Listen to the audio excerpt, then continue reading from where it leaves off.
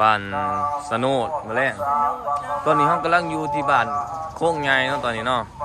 คืนนี่มาอยู่บ่คืนนี่ทักทายสบายดี FC ทุกคนเนาะยามเช้าเนาะมื้อนี้พ่อค้าเพิ่นเอาของกินของอยากมาส่งแต่เช้าเลยมื้อนี้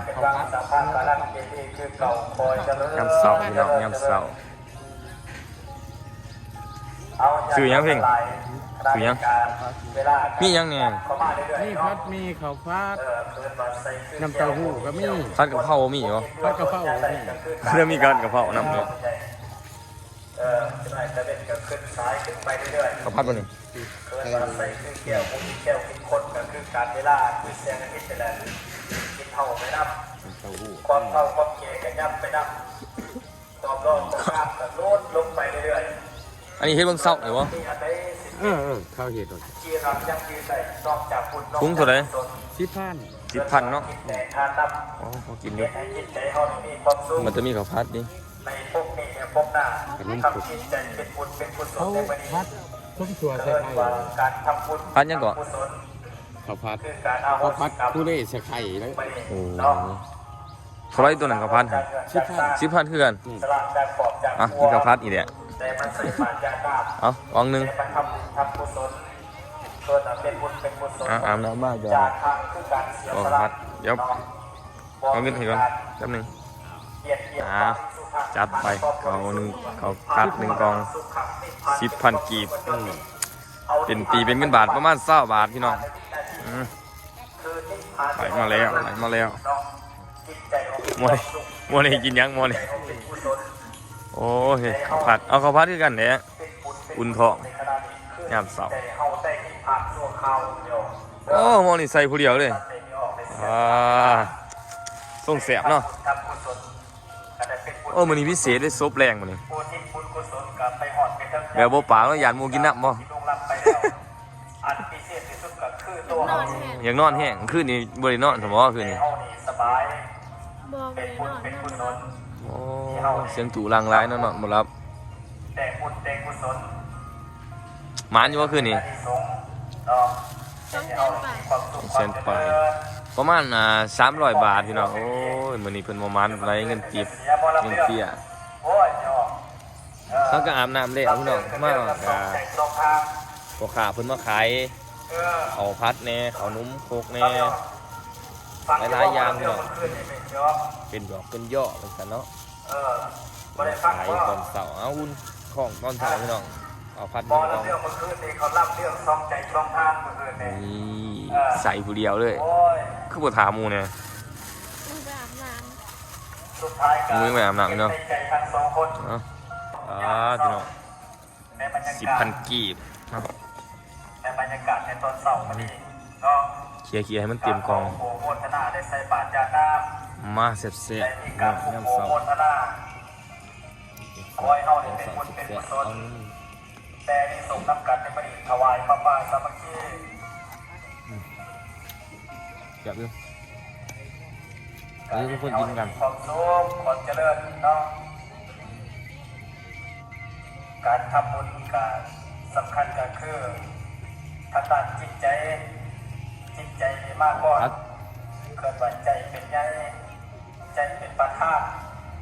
นะเพราะว่าทุกอย่างใจเป็นได้เฮ็ดให้คนเฮาเนี่ยสำเร็จได้หมดทุกอย่าง หลังกล่องอีกเนาะ และที่เฮ็ดให้คนเฮานี่ไปรักไปพูดกับมาจัดใจ ตอนนี้ ทุกอย่าง ทีมงานเฮา มาก่อนแล้วสัญญ กำลังเอาเครื่องขึ้นรถพี่น้อง เอาใจมาก่อนจนเป็นบุญเป็นกุศล บางคนกับพวกท่านกูเต้นเนาะมื้อนี้พิเศษพี่น้องมื้อนี้เป็นมื้อวันศีลกายมาหลายมื้อเนาะว่าหน้าเพิ่นล้างถ้วยเนาะ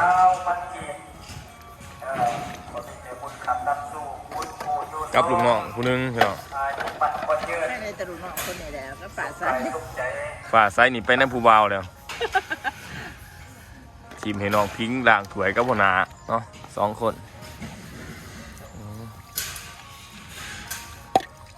มื้อนี้บ่ได้กินข้าวเองดิเจ้ากินข้าวบ่ไข่แน่ เอาไม่ออกยับมา โอ้ เคลื่อนไหวจอนเข้า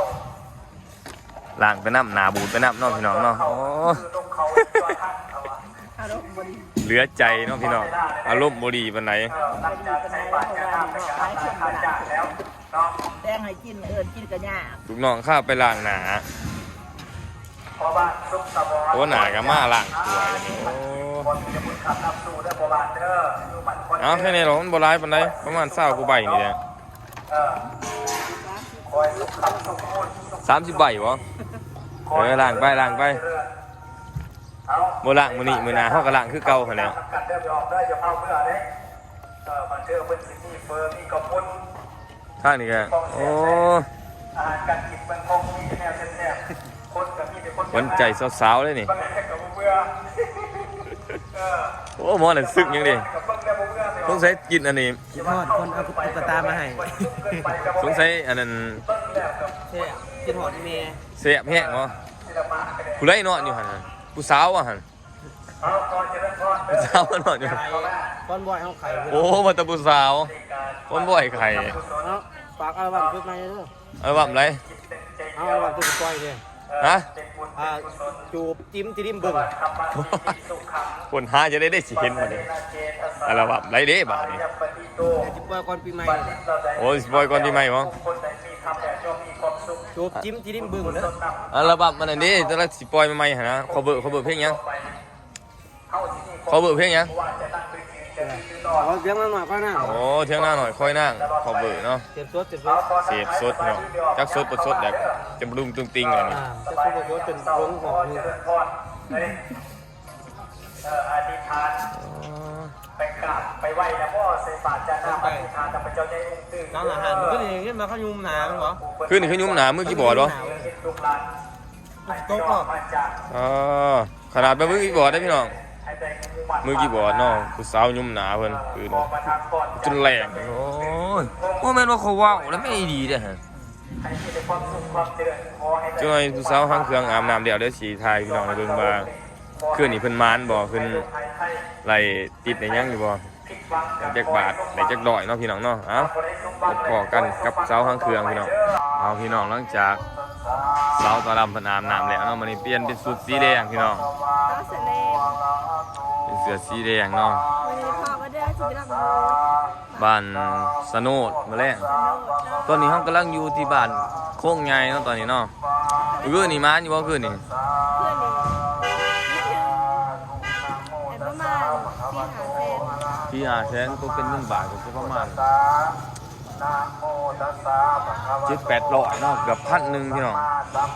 เกือบ1,000 บาทผู้ใดได้หลายกว่าหมู่คืนนี่ เพื่อนนี่เขาเป็นกัน บ่เหมือนกันบ่ เขาเป็นกันเลย ถามว่ามันจุ้มบ่ได้หลายกว่าหมู่ แม่ สาวจุ้มจิ้มได้หลายกว่าหมู่ ได้6 แสน ไปพาไปถามเขาจุ้มเบิ่งถามเขาจุ้มมันได้หลายบ่คืนนี่โอ้ยคืนนี่แต่ละคนก็นอนเนาะไก่สิแล้วเลยพี่น้องเหมือนสิมาถามเบิ่งจุ้มจิ้มเนาะมันนี่หลายๆบ่คืนนี้เนาะเพิ่นเสียหลายเพิ่นว่าอ๋อเขาให้ข่าวว่าเจ้านี่ได้เงินติบหลายคืนนี้ได้เท่าไหร่คืนนี้ มันอยู่ มาอยู่เหรอได้เป็นพันปลายผมว่าหั่น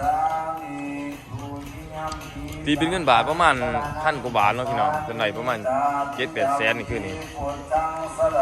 เราเล่นพี่น้องเราเล่นในวงการเลยบอก FC สิว่ามาเลี้ยงอยู่ใช้มาเลี้ยง อยู่บ้านสนุนเมืองคุณพ่อ อย่าลืมอย่าผ่านเด้อพี่น้อง ต้องมาเสีย FC ฟังไทยก็อย่าลืมอย่าผ่านเด้อกดติดตามไว้เพื่อจะเบิ่งน้องๆทางเครื่องเนาะถ้าผู้ใดสนใจอย่าลืมมิดมาไหลเด้อ โซโซ มี Facebook ให้พร้อมเนาะมี Facebook IG TikTok ให้พร้อมเนาะผู้ใดสนใจเนาะผู้ใดสนใจอย่าลืมติดต่อมาไหลเนาะให้กำลังใจน้องๆได้เนาะทุกคนเนาะบ่เป็นหยังเนาะมิดมาไหลเนาะตอนนี้แต่หลายๆคนก็ยังอาบน้ำอยู่เนาะทุกคนแต่ว่าเครื่องเฮาตอนนี้ใกล้สิสำเร็จเสร็จสิ้นแล้วเนาะด้านดังเวทีก็มีแต่เครื่องเนาะมาขายเครื่องมื้อเอ้ย นั่งทาเพื่อนโดด ขายขึ้นรถบ่ผมว่าจะมาขายเครื่อง ไปรับไซเดมอนี่ มื้อแรกนี่เฮาไปดำอยู่บ้านสโนเมืองปทุมพร ไปเชียร์เด้อ แขวงจำปาสักอย่าลืมอย่าพลาดเด้อพี่น้องนี่ก็คือนะกุมมารพี่น้องเป็นกุมมารเนาะ เชียร์เด้อหมูแดงเด้อ ลาวเรื่องใหม่พี่น้องตอนนี้ก็เป็นเวลา 8 โมงมื้อนี้รถคือสิบ่สอบมาแล้วเนาะเพราะว่ามื้อวานนี้ซ่อมรถตลอดเด้อซ่อมรถสุดทางเด้อบางกับพี่กำลังดูมานอนพี่น้องเอ้ยเอาอย่าลืมอย่าพลาดพี่น้องทีมงานเฮาแทงคำเล่นขมวนเดี๋ยวไปหอดบางเทือบ่มวยกับจัดไทยบรรยากาศทั้งบ้านเขาให้เบิ่งเนาะพี่น้องคลิปนี้ฝากน้องสำนีน้องทุกคนเนาะอย่าเฝ้าเบื่อกันเด้อบางคนก็มีมากเนาะแต่บ่เป็นหยังเนาะก็คือว่าวันใดบ่อาจตกบกพร่องเนาะวันใดที่ว่าคลิปที่ว่าถ่ายไปบ่ถูกใจก็ขออภัยเด้อถ้าคิดใจขออันนี้เนาะขอโทษเนาะที่ว่าถ่ายคลิปออกมาบ่ดีเนาะบ่ได้ดีที่ว่าตามคาดการณ์เนาะแต่ว่าก็สิพยายามเนาะถ่ายให้ได้ดีที่สุดเนาะคืนนี้ก็ว่าจะถ่ายอยู่คืนนี้พี่น้องผมมีเวลาไปถ่ายเนาะเขาจะมาเบิ่งหลายคืนนี้ตัวนี้โอ้ไอ้น้องเฮาเตรียมเสบียงแล้วหูโตว่า อยากหอดเนาะซื้อมาไว้ผู้ละกองบา